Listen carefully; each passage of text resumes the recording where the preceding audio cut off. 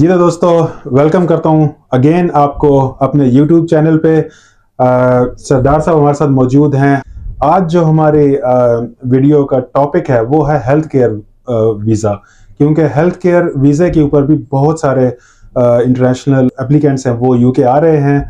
तो उस हवाले से हम बात करेंगे सरदार साहब से। ये इमिग्रेशन के स्पेशलिस्ट हैं। इनकी जो कंपनी है R&A सॉलिसिटर, मैनचेस्टर में उनकी एक ब्रांच है, बर्मिंघम में है और इस्लामाबाद में है। तो हमारे साथ आज भी मौजूद हैं सरदार साहब। सरदार साहब, वेलकम करते हैं आपको अपने यूट्यूब चैनल पे। शुक्रिया, थैंक यू। तो सरदार साहब, हेल्थ केयर वीज़ा के हवाले से आप थोड़ा बताएंगे कि इसकी क्या रिक्वायरमेंट्स हैं और कैसे ये वीज़ा अवेल किया जा सकता है? देखिए, हेल्थ केयर वीज़ा जो है इस मुल्क में आता है shortage of occupation. Shortage of occupation से मुराद हम वो प्रोफेशंस लेते हैं जहां पर इस वक्त शॉर्टेज है। तो थोड़ी सी इससे पहले सूरत हाल डिफरेंट थी, तो गवर्नमेंट ने फिर उसके बाद रूल्स को थोड़ा रिलैक्स किया और ख़ास तौर पर हेल्थ केयर वर्कर को उन्होंने शॉर्टेज ऑफ ऑक्यूपेशन में लेकर आए। उसके लिए जो मिनिमम क्वालिफिकेशन है वो तो B1 इंग्लिश अगर किसी ने किया हुआ है, ये तो लैंग्वेज रिक्वायरमेंट है जी के लिए। और उसके बाद अगर आपका मुतलका शोबे में कोई एक्सपीरियंस है, स्पेशली अगर आपने किसी हेल्थ सेक्टर में काम किया हुआ है तो वो आपके लिए अपॉर्चुनिटी जो है वो बन सकती है। इस सिलसिले में यूजुअली क्या होता है कि जो कंपनीज, बड़ी बड़ी कंपनीज हैं जिनके बड़े बड़े हेल्थ केयर सेंटर्स हैं, तो वो अपनी जॉब्स को एडवर्टाइज करते हैं। तो उस एडवर्टाइजमेंट के बाद कंपनीज जो हैं उनसे फिर रब्ता करती हैं, फिर वो लोग खुद भी उनसे रब्ता करते हैं। तो मुख्तलिफ प्रोसीजर्स के तहत जो है वो कंपनीज फिर रिक्रूट करते हैं। उसका प्रोसीजर ये होता है कि वो जो भी कैंडिडेट्स होते हैं उनके वो इंटरव्यू करते हैं और देखते हैं कि उनके अंदर इतनी स्किल है कि वो इस प्रोफेशन को मीट कर सकते हैं। उनकी स्किल चेक करने के बाद फिर उनके डॉक्यूमेंटेशन का नंबर आता है, उसमें एक चीज़ जो क्रिमिनल रिकॉर्ड उनका देखा जाता है कि उन्होंने कोई ऐसी कोई तो नहीं है। सो वो एक रिक्वायरमेंट होती है। और उसके बाद अगर कंपनी सेटिस्फाई हो जाती है इन सब चीज़ों से तो वो कॉस्ट लेटर जो है वो इशू कर देते हैं। तो अगर आपको कॉस्ट लेटर इशू हो जाता है तो फिर आपको मुतलका आपके एम्बेसी में आप एप्लीकेशन अपनी सबमिट करते हैं और यूँ वीज़ा लग जाता है। और उसके साथ आज के दिन तक तो ये सूरत हाल है कि आप अपनी डिपेंडेंट्स जो है वो बुलाए जा सकते हैं। हाउएवर अभी जो नए रूल्स हैं उसमें कुछ चेंजेस का इम्कान है। उसमें से एक चेंज वो जो ला रहे हैं वो होगी कि आपको फैमिली जो है वो बुलाने की इजाज़त जो है वो पहले साल तक शायद नहीं देंगे। इस पर अभी मैं पूरी तरह क्लियर नहीं हूँ, लेकिन फ़िलहाल उनका प्रोग्राम ऐसा है कि इसको कैप किया जाए कि अगर स्किल वर्कर आते हैं तो वो खुद आएँ, उनकी फैमिलीज फ़िलहाल ना आएँ। इसके अलावा जो एक और चेंज आ रही है वो है कि इससे पहले जो मिनिमम वेज रिक्वायरमेंट थी उसको भी चेंज किया जा रहा है। तो अभी मैंने कहा कि चूंकि ये पॉलिसी अनाउंस तो हुई है, लेकिन इसको ब्लैक एंड वाइट में अभी तक चूंकि अवेलेबल नहीं है, तो इसलिए इसको मैं इस पे कमेंट जो है ना वो करना मुनासिब नहीं समझता। आज के दिन तक तो ये सारा कुछ ऐसे ही है जैसे कि पहले था। हाउएवर अप्रैल के बाद इसमें चेंजेस तो आ रही हैं, वो एक्सपेक्टेड है कि ऐसा होगा, लेकिन ये रूट बंद नहीं हो सकते। और उसकी वजह यह है कि बहुत सारे ऐसे शोबे हैं जहाँ पर अभी भी जो है वो शॉर्टेज है। और ये शॉर्टेज जो बेसिकली पैदा हुई है वो कुछ ब्रेक्जिट की वजूहत थी, कुछ वैसे यहाँ पर कुछ चीज़ें जो कि आउटसोर्स इधर उधर हो गई थी। तो उसके बाद फिर ज़रूरत महसूस हुई कि यहाँ पर जो है वो कुछ शॉर्टेज जो वो हुई है। हमने अपनी ज़िंदगी में पहली दफ़ा यहाँ देखा कि पेट्रोल पंपों पर भी लोगों की जो वो लाइनें लगी थी। हालांकि यहाँ इससे पहले कभी नहीं ऐसे हुआ था, लेकिन ज़ाहिर वो शॉर्टेज एक वक्त में आई थी। तो इस बात का इम्कान अभी भी मौजूद है कि ये चीज़ जो है वो रहेगी। अलबत्ता इसमें हम लोगों को ये ज़रूर मैं अपनी तरफ से कहना चाहूँगा कि जब आप किसी कंपनी के लिए अप्लाई करते हैं तो पहले देख लें कि वो कंपनी वाकई कोई कंपनी है या नहीं है। बदकिस्मती से आपने भी देखा होगा, मेरे सामने भी ऐसे केसेस आए हैं, कंपनियां लोगों ने खोली, बंद हुई, फिर बेचारे लोग यहाँ आके परेशान हुए। और जो सबसे बड़ा जो मसला पैदा होता है वो ये होता है कि बाज़ औक़ात लोग जो हैं वो अपने एसेट्स वगैरह जो हैं उनको मतलब उसको ख़त्म करके आ जाते हैं, एक दूसरे में कश्तियाँ जला के आते हैं। सो प्लीज़ कश्तियाँ ना जलाएं, इसको काम समझें ऐसे ही जैसे आप किसी दूसरे मुल्क में जाते हैं काम करने के लिए, काम करें। देखिए सेटलमेंट किसी भी मुल्क में जो है ना वो एक डिफरेंट क्राइटेरिया होता है। जरूरी नहीं है कि आप हर जगह जाके सेटल ही हो जाएं। तो आप काम करने के लिए आए, अगर आप मसलन यूके में आते हैं या किसी और मुल्क में जाते हैं तो काम करें, और अगर आप देखें आपके लिए वो मुल्क सूटेबल है तो फिर आप सोचें कि आप सेटल हो जाएं। जरूरी तो नहीं है कि आप यही इंटेंशन लेकर आए कि अगर आप जाएंगे तो आपके हाथ में कुछ ऐसे बाद आपको पासपोर्ट भी मिल जाएगा। Don't think like this. अपनी ऑप्शंस को ओपन रखें। देखिए फिर वही बात आ जाती है घूम फिर के, स्किल। देखिए आप दुनिया में किसी भी खिते में चले जाएं, अगर आप स्किल्ड पर्सन है ना तो आप दुनिया में हर जगह कामयाब हो जाएंगे, चाहे आप अपने मुल्क में हैं चाहे किसी दूसरे मुल्क में हैं। मेजॉरिटी लोगों के साथ प्रॉब्लम ये होती है कि उनके पास स्किल कोई नहीं होती। अब वो एक दूसरे एनवायरनमेंट से आप आए हैं और नए एनवायरनमेंट में जाके अगर आपके पास कोई स्किल भी नहीं है तो आप खुद सोचिए कि आप सर्वाइव कैसे करेंगे। तो सर्वाइवल के लिए स्किल जरूरी है, और स्किल के लिए जरूरी है कि आप जिस मुल्क से भी आ रहे हैं तो वहां से प्रॉपर स्किल्स लेकर आए। मसलन अगर आपने हेल्थ वर्कर के तौर पर आना है तो इसमें क्या प्रॉब्लम है कि अगर आपने किसी हॉस्पिटल में 2 महीने 3 महीने 6 महीने अगर आपने काम कर लिया, वो काम आपने सीख लिया पहले से, तो अगर आप दूसरी जगह आएंगे तो आप परेशान तो नहीं ना होंगे। आपके सामने कुछ चीज नहीं होगा। कोई बंदा कहता है कि ब्लड प्रेशर, अगर आपने जिंदगी में किसी का ब्लड प्रेशर चेक ही नहीं किया हुआ तो आप परेशान होंगे। लेकिन अगर आपने देखा हुआ है, आपने खुद किया हुआ है, तो आपसे 10 दफा, और आपका एम्प्लॉयर आपसे कितना हैप्पी होगा। तो हमसे लोग सवाल करते हैं कि जी मेरा 3 साल का वीजा लगा तो इसकी एक्सटेंशन होगी कि नहीं होगी। मैं उनको एक ही जवाब देता हूं, हो भी सकती है नहीं भी हो सकती। आप बड़े अच्छे एम्प्लॉई हैं तो मैं क्या करूंगा, मैं आपको निकालूंगा? नहीं, मैं कहूंगा नहीं, मैं तो उसको बिल्कुल नहीं जाने दूंगा। और अगर आप मुझे तंग कर रहे हैं तो मैं क्या करूंगा, निकाल देंगे। मैं कहूंगा जनाब मेरी जान छोड़े। सो क्वेश्चन ये होता है हमेशा, आपकी अपनी स्किल्स क्या है। आप आना चाहते हैं स्किल्ड वर्कर और आप बिल्कुल रॉ होके आते हैं, यानी आपके पास कुछ भी नहीं है, तो जब आप यहां आएंगे फिर परेशान होंगे। तो अपने लिए स्किल पहले से लेकर आए। स्किल वर्कर का मतलब यही है कि आप पहले से आपके पास कोई स्किल है, ये नहीं है कि आप यहां आके स्किल सीखेंगे। तो स्किल का मतलब यह है कि आप पहले से स्किल्ड हैं, यहां आएंगे, यहां पर आप काम करेंगे और आपका यहां का एनवायरनमेंट आपको बिल्कुल अकोमोडेट करेगा। यहाँ का एनवायरनमेंट ऐसा है, आपको एम्प्लॉयमेंट में कोई इशू नहीं है। अगर आपका एम्प्लॉयर आपको तंग करता है तो यहाँ पर एम्प्लॉयमेंट ट्राइब्यूनल्स हैं, यहाँ के मुख्तलिफ अदारे हैं जो आपके लिए हेल्प के लिए सपोर्ट के लिए अवेलेबल होते हैं। लेकिन खुदारा ये काम ना करें कि आप ऐसी कंपनियों में आ जाएं जहाँ पर जिसका कोई वजूद नहीं है, या जो कंपनी किसी ने बनाई है वो चंद दिन पहले बनी है और उन्होंने वीज़ा निकलवा लिया है और उसके बाद आपको परेशान। देखिए हर बंदे के ताल्लुकात दाएं होते, तो research again and again bar bar repeat करता हूं, प्लीज प्लीज प्लीज जब भी आए रिसर्च करके आए। आप कहाँ आ रहे हैं, मुल्क छोड़ के आ रहे हैं ना, ये आपने कोई छोटा सफर घंटे 2 घंटे का नहीं किया, 7 समंदर पार आप आ रहे हैं, हजारों मील का सफर तय करके आ रहे हैं, इतने पैसे खर्च करके आ रहे हैं कि आप जो है वो पहले से इसके लिए रिसर्च करके आए। सरदार साहब, जो कैंडिडेट्स हैं जो पाकिस्तान में हैं या इंडिया में हैं या और किसी कंट्री में हैं, वो यूके में हेल्थ केयर वर्कर वीज़े के लिए अप्लाई करना चाहते हैं, तो क्या उनका पहले किसी हॉस्पिटल में एक्सपीरियंस होना लाजमी है, या वो किसी भी एजुकेशनल बैकग्राउंड के हैं वो इस वीज़े के लिए एलिजिबल हो सकते हैं? आपका इस जवाब देने से पहले मैं एक चीज़ को मैं मिस कर गया, वो ये था कि जो नए रूल्स एंड रेगुलेशन है उसमें हेल्थ को नहीं छेड़ा गया है। हेल्थ केयर का सब कुछ वैसे ही रहेगा, उसमें सिर्फ एक चेंज जो पॉसिबल है वो है कि वो अपनी डिपेंडेंट्स को नहीं बुला सकेंगे, अदरवाइज ये वीज़ा बंद नहीं होगा, ये ऐसे ही चलता रहेगा। ये तो एक बात होगी।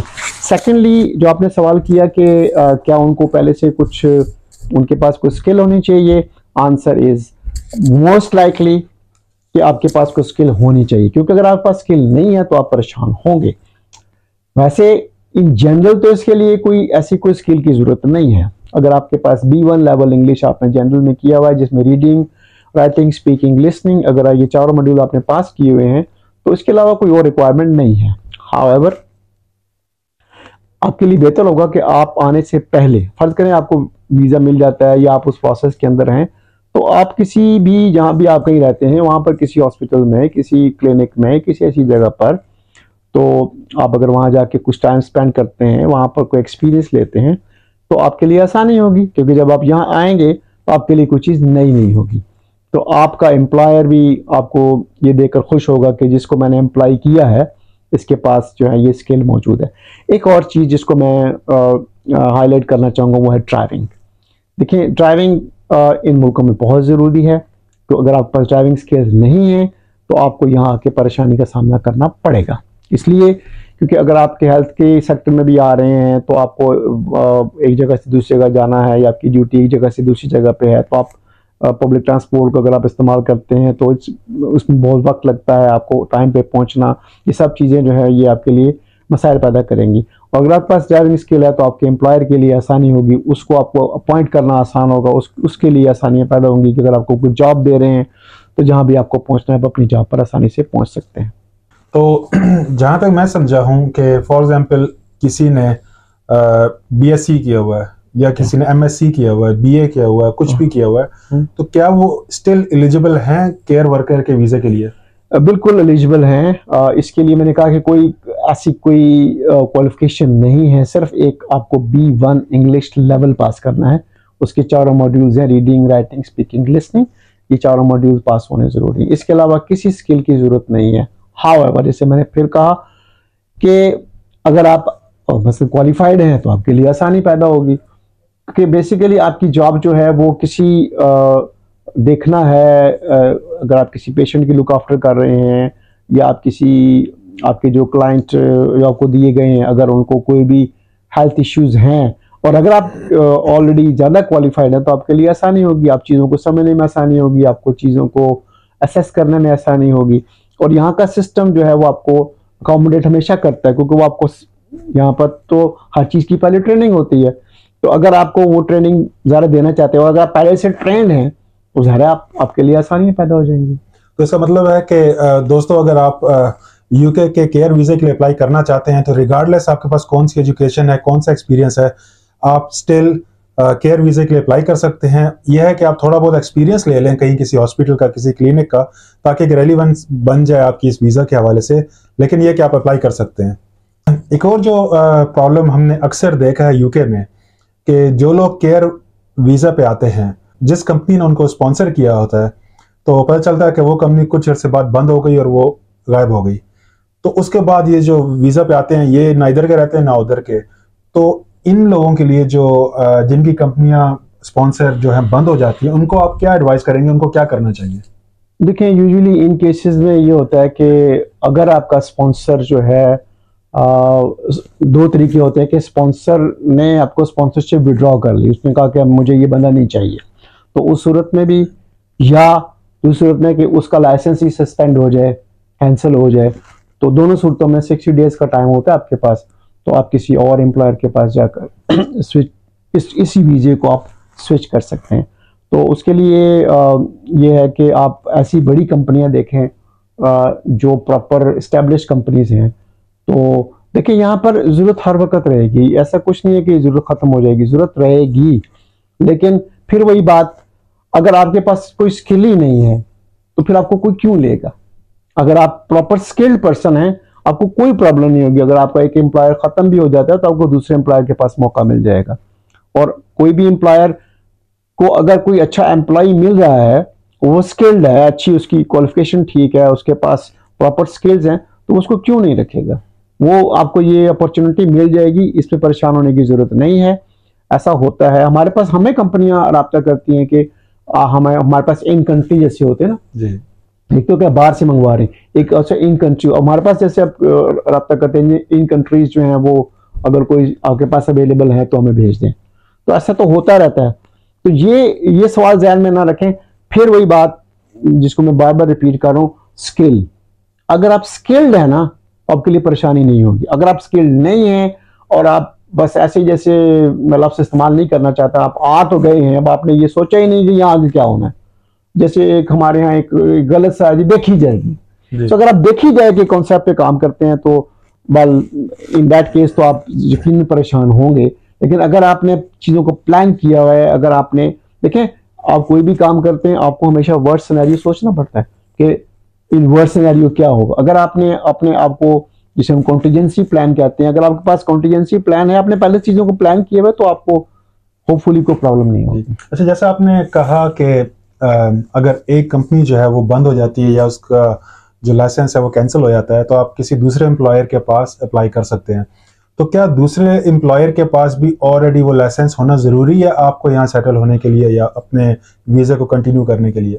अच्छा, ये ध्यान में रखें कि एम्प्लॉयर लाइसेंस जो है ना, उसके बगैर एम्प्लॉयमेंट किसी भी फॉरेन वर्कर को नहीं मिल सकती, ठीक है, वीज़ा पर्पज़ के लिए। तो वीज़ा पर्पज़ के लिए उस एम्प्लॉयर के पास लाइसेंस का होना ज़रूरी है। कोई भी एम्प्लॉयर है आपको तभी एम्प्लॉय कर सकता है कि जब उसके पास लाइसेंस हो। अच्छा, और दूसरी बात है कि लाइसेंस लेना किसी एम्प्लॉयर के लिए कोई बहुत बड़ा इशू नहीं है।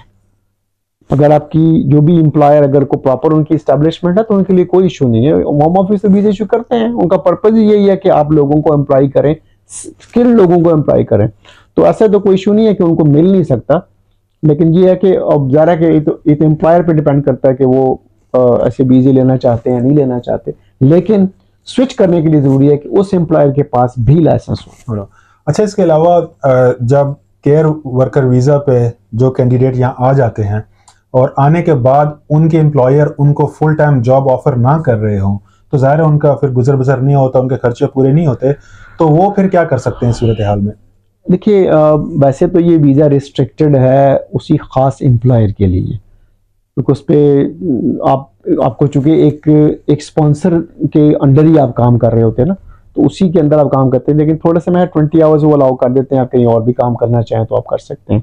यूजुअली इसमें ये होता है कि जैसे एक बंदा आया है तो उसके साथ उसके डिपेंडेंट फर्स्ट स्पाउस हैं, तो उनमें से कोई एक जो है वो डिपेंडेंट है और एक अगर काम कर रहा है तो दूसरा एज ए डिपेंडेंट अगर आया हुआ तो वो भी काम कर सकते हैं साथ। तो इस तरह अपने आप को मैनेज कर सकते हैं। यस, डिफिकल्टी होती है, बाज़ औक़ात एम्प्लॉयर के पास काम जो है वो कम हो जाता है, तो चैलेंजेस इस तरह के हैं। और अनफॉर्चुनेटली फिर मैंने कहा कि ऐसी कंपनियां जिन लोगों ने कंपनियां बनाई उनके पास कोई विजन नहीं था इसका, तो उन्होंने वो बेसिकली अपॉर्चुनिस्ट थे, उन्होंने फ़ायदा देखा और उन्होंने कंपनी बना ली।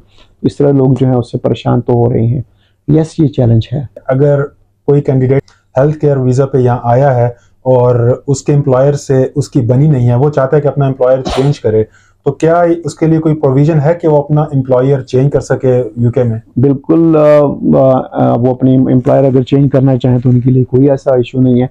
शर्त फिर वही है कि अगर उनको कोई दूसरा एम्प्लॉयर मिल जाता है और वो जैसे एक प्रोसीजर है ना, ज़रा उनको रिज़ाइन देना पड़ेगा, अपनी पोस्ट से रिज़ाइन करके वो किसी दूसरे का जाना चाहते हैं, एम्प्लॉयर चेंज कर सकते हैं वो, प्रोवाइडेड उनके एम्प्लॉयर को कोई उस पर एतराज़ ना हो, जो यूजुअली नहीं होता। उनको क्या है, अगर आप कहीं और जा रहे हैं तो जॉब ख़त्म कर सकते हैं, आप उनके साथ नई जॉब शुरू करते हैं। अगर आप पास नई जॉब का ऑफर है और वो एम्प्लॉयर के पास लाइसेंस भी है तो आपको सीओएस उन्होंने इशू कर दिया तो आप दूसरे एम्प्लॉयर के पास चले जा सकते हैं। जो हेल्थ केयर वर्क वीज़ा पे कैंडिडेट होते हैं उनकी सेटलमेंट का क्या प्रोसीजर और क्या क्या अपॉर्चुनिटीज़ उनको सेटलमेंट के लिए अवेलेबल है?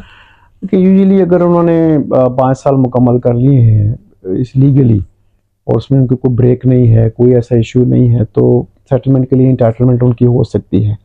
उसमें एक ये है कि अगर आपका कोई मतलब कोई क्रिमिनल ऑफेंस नहीं है, आपने लाइफ इन यूके कर लिया है, B1 इंग्लिश टेस्ट जो है मुकम्मल कर लिया है, तो आप सेटलमेंट के लिए इंटाइटलमेंट आपकी हो सकती है। तो यूजुअली यही प्रोसीजर जो है वो अडॉप्ट किया जाता है सेटलमेंट के लिए। आई थिंक ये हमारे क्वेश्चंस थे केयर वर्क वीज़ा के हवाले से।